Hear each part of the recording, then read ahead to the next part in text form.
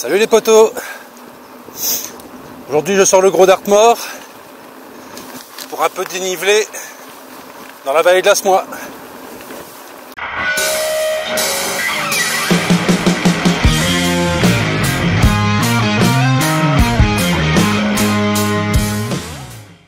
Donc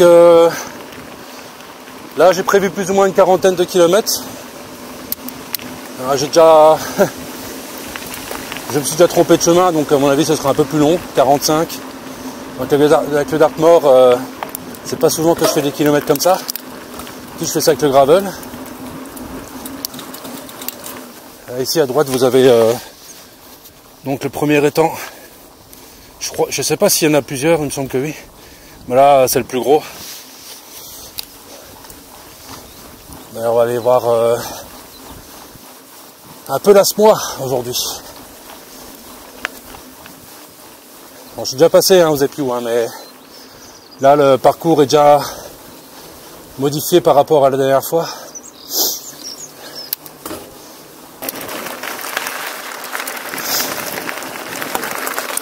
Donc j'ai décidé de remettre les Continental Mountain King parce qu'entre temps, entre les deux vidéos, j'avais remonté des pneus que j'avais avant pour essayer. Et j'en suis pas très satisfait, donc c'était des Pirelli, des Scorpions.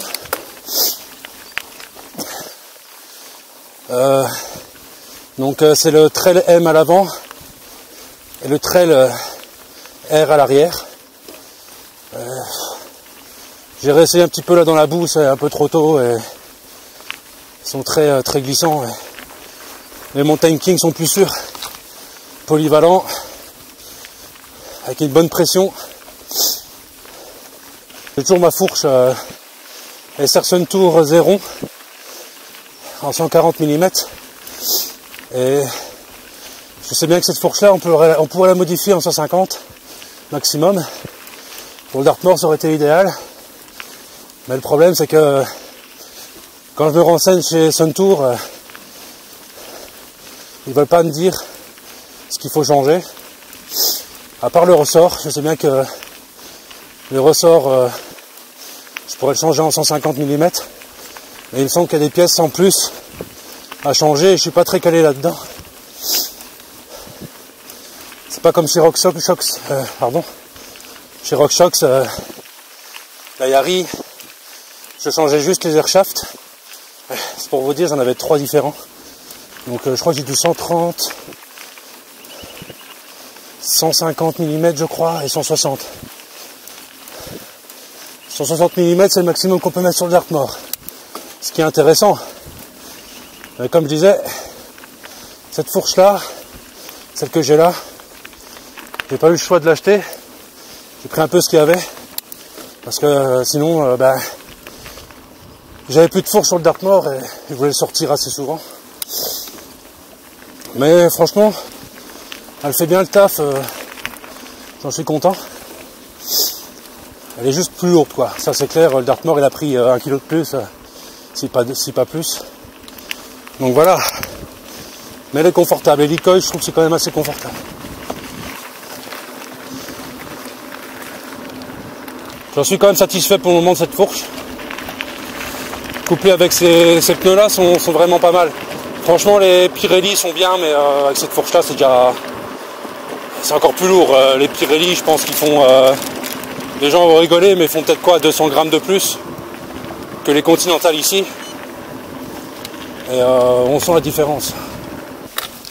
Après, Continental n'est pas si cher que ça.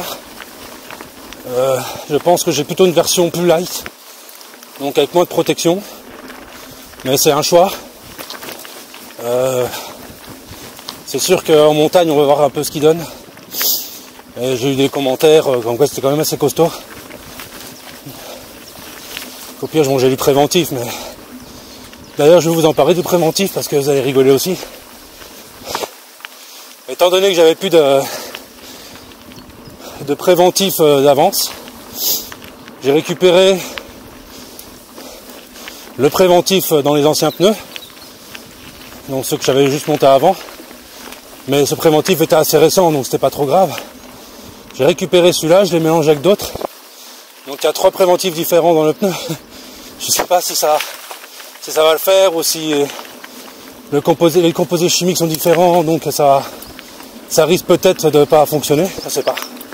Je suis pas un expert là-dedans. En tout cas, pour le moment, ça a l'air d'aller. Juste le pneu de devant, peut-être que vu que j'ai dû changer le fond de jante. Enfin, je regarde un petit peu, normalement je l'ai bien mis, mais le fond de jante, c'est pas vraiment une qualité terrible. Alors du coup, on verra bien si ça fait l'affaire, sinon j'ai pris une chambre à air au cas où. C'est pas grave. Mais là, le préventif, j'espère qu'il va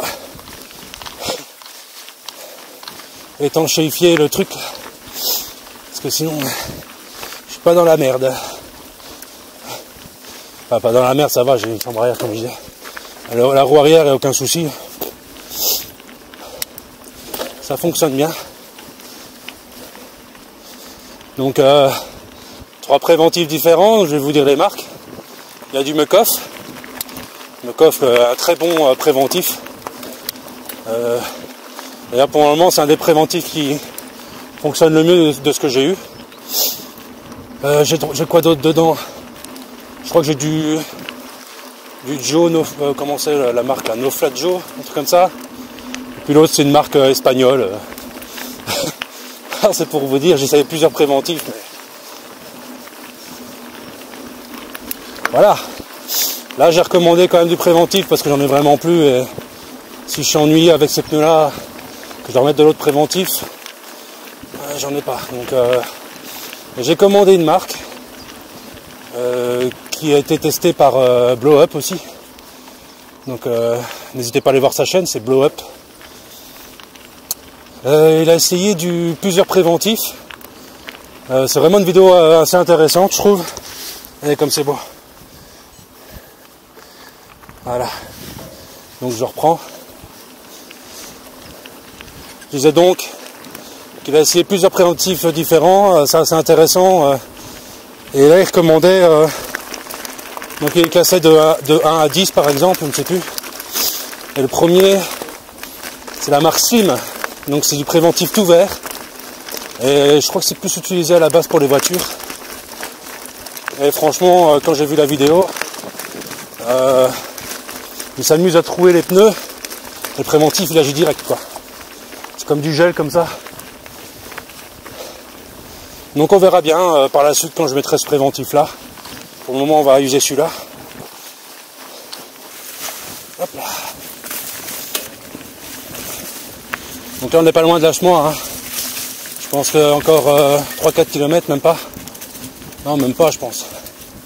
Mais on arrivera à Lâche-moi. Hop là. Hey, hey. C'est gadou, hein. Autant avoir remis ce pneu là. Hop là. Ah. Technique. Comme j'allais dire des fois, technique. Il parle. La technique, c'est ce qu'il me faudrait quand je suis sur les traces enduro à Bouillon ou ailleurs. Et là pour le moment, il y a eu beaucoup de pluie et tout. Donc couillon comme je suis, j'ai peur de me taper des racines glissantes. Bon après ça sèche vite quand même, aujourd'hui j'aurais peut-être pu y aller, mais voilà, je préfère faire une bonne petite rando. Ouais, donc là j'ai essayé d'avoir quelques points de vue sur mon itinéraire. Et si tout va bien, j'ai décidé d'aller voir la tombe de mon père, qui se trouve en France, que je suis français à la base. Et du coup, mes nouveaux grips, donc comme je disais, c'est des ESI en silicone. C'est les Extra Chunky. Et je me suis dit, oh, je vais les laisser pour le moment, et je trouve qu'ils sont très confortables. J'ai voulu remettre les Esculap, mais j'ai réessayé. Je pense, je sais pas, je préfère ceux-là, les Extra Chunky. Après, sur les Esculap, ce qui est bien, c'est les petites cornes, donc à la limite, ça, je pourrais peut-être que les mettre à côté, mais je les ai enlevés parce que quand je fais des traces enduro, c'est assez gênant.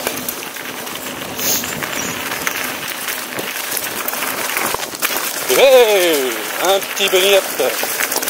Ah, les bunny up, j'aimerais bien essayer de travailler avec les pédales plates. Parce que quand je fais des traces enduro ou alors un peu plus de descente et tout, je pense que voilà, les pédales plates, je suis un peu plus en confiance. Parce que là, j'ai remis les semi-auto. En rando, je trouve que c'est bien. Je crois que je gagne 20 à 30% de meilleur pédalage, on va dire. Mais en montée, c'est vraiment mieux les semi-auto.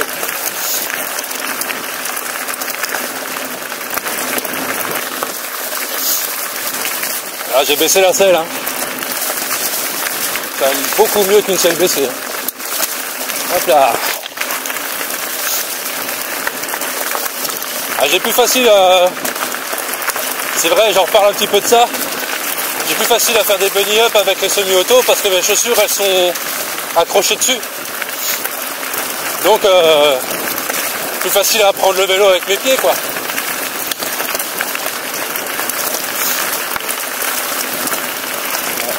On rigole. Petite rigole. Et bunny up. Voilà, je peux descendre à fond avec celui-là. Je freine presque pas. Il a une meilleure adhérence, il a des plus gros pneus. Franchement, c'est le vélo idéal pour faire voilà, des petites descentes et tout. Hop là. Là, je descends, mais à mon avis, après, ça va monter. D'où ma sortie en dénivelé. Hop là. Ce que j'aimerais bien par la suite, quand je changerai cette fourche-là, mais à mon avis, étant donné les prix, ça risque d'être un peu chaud. J'aimerais bien rechanger, peut-être remettre une fourche à ressort, mais un peu plus grande. Donc 160 mm max. Je pense qu'en 150 c'est déjà pas mal parce que ce sera plus polyvalent. Je pourrais déjà faire aussi un peu de bike park et tout en 150. Mais 160 ce serait comme mieux en bike park, mais bon voilà. Un ressort, j'ai vu la Marzocchi Z1, mais elle est déjà à 700 € neuf. En occasion, s'il y a moyen de trouver, peut-être 500 balles maximum, mais c'est pas vraiment mon budget, surtout en fourche d'occasion. On sait pas ce qu'elles ont vécu et tout. Parce que, voilà, même si c'est une fourche à ressort, il y a quand même un peu d'entretien à faire. Et ici, le mec qui m'a revendu celle-là, il l'a, soi-disant, pas utilisé beaucoup. Mais le ressort que j'ai mis dedans, qu'il y a dedans plutôt, pardon, il manquait plein de graisse et tout, donc je l'ai utilisé 2 fois. Au bout de 2 fois, il fallait la graisser parce que ça faisait un bruit, vous l'avez entendu sur les autres vidéos, ça faisait un bruit de canard dans la fourche, de piou-piou plutôt. Elle grinçait à mort, donc du coup, je lui ai foutu plein de graisse téflon. Et puis là, nickel, hein. Faut le faire régulièrement, quoi, c'est normal. En plus, c'est pas compliqué, il faut juste dévisser ici le bouchon à gauche de la fourche. Ce qui règle donc côté où tu règles la compression du ressort. Là, je suis arrivé à l'Entrogne. Donc je suis pas loin d'Herbemont. Je vais continuer vers Herbemont. Puis on verra. Hein. J'expliquais en fait par rapport au ressort de la fourche ici. Que c'est une fourche, donc un ressort en acier. Et comme je disais, donc il faut bien ça pour un gros pépère comme moi. Et il y a 2 sortes de ressorts, donc un plus pour les poids légers, c'est peut-être de 75 à 80-85 kg, si pas plus, un peu plus. Puisque le ressort pour le poids lourd, je crois que c'est entre 90, je ne saurais plus vous dire, 90 et 120 kg, je crois. Voilà, c'est du costaud. Donc ici, je pense que le mec qui me l'a vendu, il a déjà le ressort pour les 100-120 kg. Donc c'est nickel, quoi. Parce que ici, La fourche ne s'affaisse pas jusqu'au bout, donc après j'ai réglé la compression pour. La fourche elle ressort, c'est plus confortable, mais il n'y en a plus beaucoup sur le marché pour le moment, malgré qu'il y a des marques comme ici Sersuntour ou Marzocchi, donc de chez Fox. Hey, hey. Ah, il est génial ce vélo.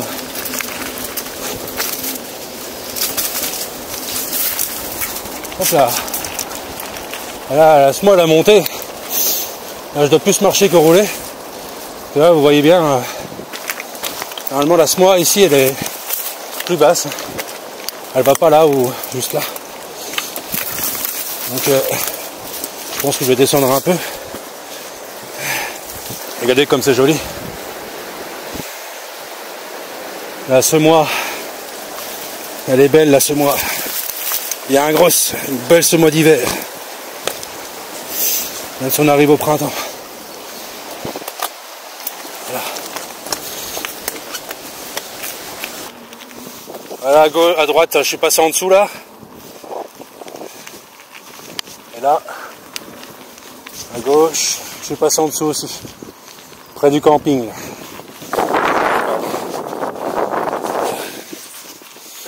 Allez.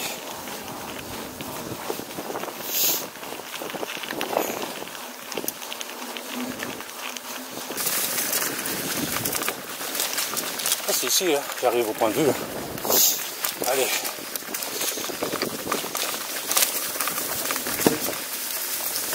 Je sais plus si c'est je sais plus si c'est le fameux point de vue Libépire. Il semblait qu'il y avait un panneau, c'est peut-être pas celui-là. Mais voilà quoi. C'est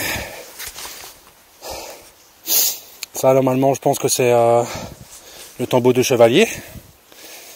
Donc là-bas à droite, vous avez le château d'Herbemont. Et dans le renfoncement, on le voit pas, mais c'est Herbemont. Hein. Donc là ici le tombeau du Chevalier. On voit des gens marcher un petit peu. Sympa.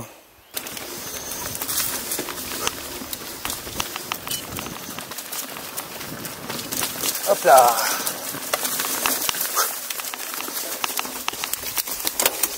Hop là.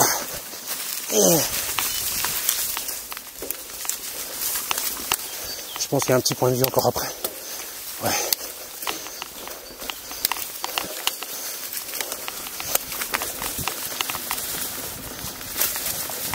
Ah, il commence à pleuvoir un peu. Ah, c'est con, hein.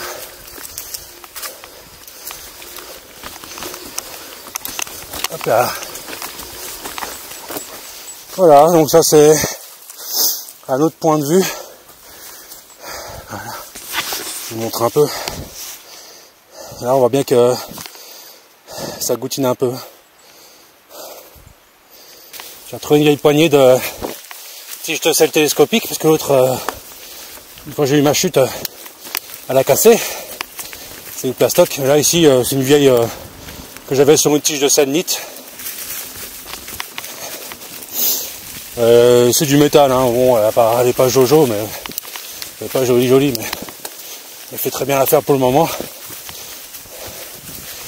Donc voilà, hein. Je suis à la Roche-à-l'Appel, donc dans les bois de la Roche-à-l'Appel. Et ici ils ont filmé, donc ils ont tourné le film, une partie du film de Pomme le Poulain. Là où on voit il y a un moment la voiture tomber, je pense pas que c'est sur la roche, mais je pense que c'est plus sur une roche là-haut dans le coin, ou là, je ne sais pas trop. Je pense que je suis bientôt arrivé.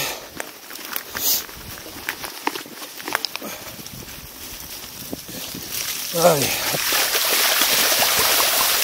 La gadoue, ah, c'est de la glaise. Hein. Je me rappelle, habitant en France, la terre toute glaiseuse, je sais pas comment on dit là, glaireuse, berk, n'importe quoi. Toute la terre pleine de glaise comme ça. Ouais, ça se coule. Avec des machines qui passent hein, ici. C'est un peu casse-cul. Hop là. Voilà, on arrive au cimetière. par respect des gens dans le cimetière et tout, je vais éteindre la caméra. Et puis pour respect pour mon père surtout. Donc, quoi qu'il en soit, c'était une chouette promenade. Moi, je vous dis à bientôt pour de nouvelles aventures. Et surtout, n'oublie pas de t'abonner, de liker. Tu peux commenter et puis partager aussi, ça fera toujours plaisir. Allez, à bientôt les gars. Salut!